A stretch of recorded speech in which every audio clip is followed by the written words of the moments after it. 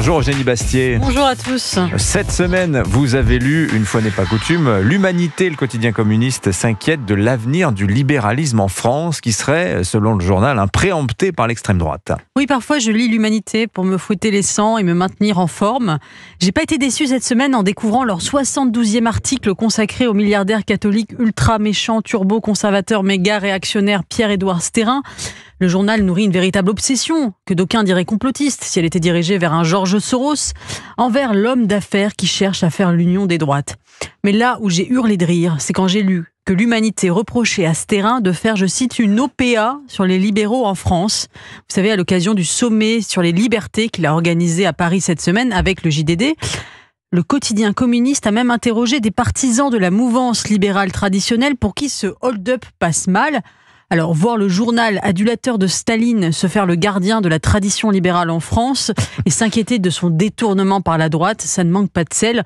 C'est un peu comme si le Figaro allait interroger le philosophe maoïste Alain Badiou parce qu'il s'inquiétait de l'avenir du communisme dans notre pays. Mais est-ce qu'il n'est pas vrai qu'aujourd'hui le libéralisme est entièrement préempté par la droite, Eugénie ? Oui, mais à qui la faute ? Le libéralisme est né à gauche, surtout en France, avec la matrice de la Révolution française.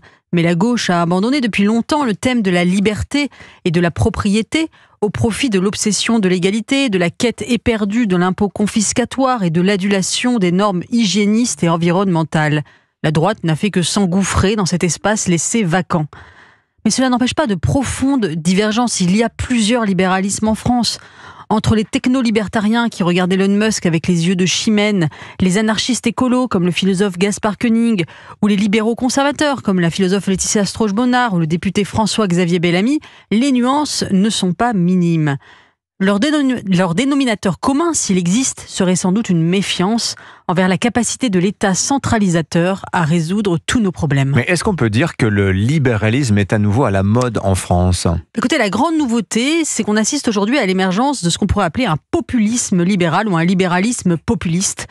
Le libéralisme, vous savez, a été longtemps l'apanage du cercle de la raison, des gens raisonnables, des centristes. C'était les notes de l'Institut Montaigne, rédigées par des énarques qui proposaient à la fois moins d'impôts et plus d'Europe. Ce libéralisme cravaté n'avait pas l'attrait du rouge des révolutionnaires ou de la fièvre nationaliste. Or, on voit ces derniers temps se diffuser sur les réseaux sociaux un libéralisme bien moins policé. Une sorte de poujadisme 2.0, fait de ras-le-bol fiscal et de rejet de la bureaucratie. Vous savez, c'est le phénomène « c'est Nicolas qui paie » dont parlait Olivier Boisbeau cette semaine. Nicolas, c'est ce jeune millénial qui en a marre de payer pour un État obèse et impuissant. Oui, on a besoin de libéralisme en France.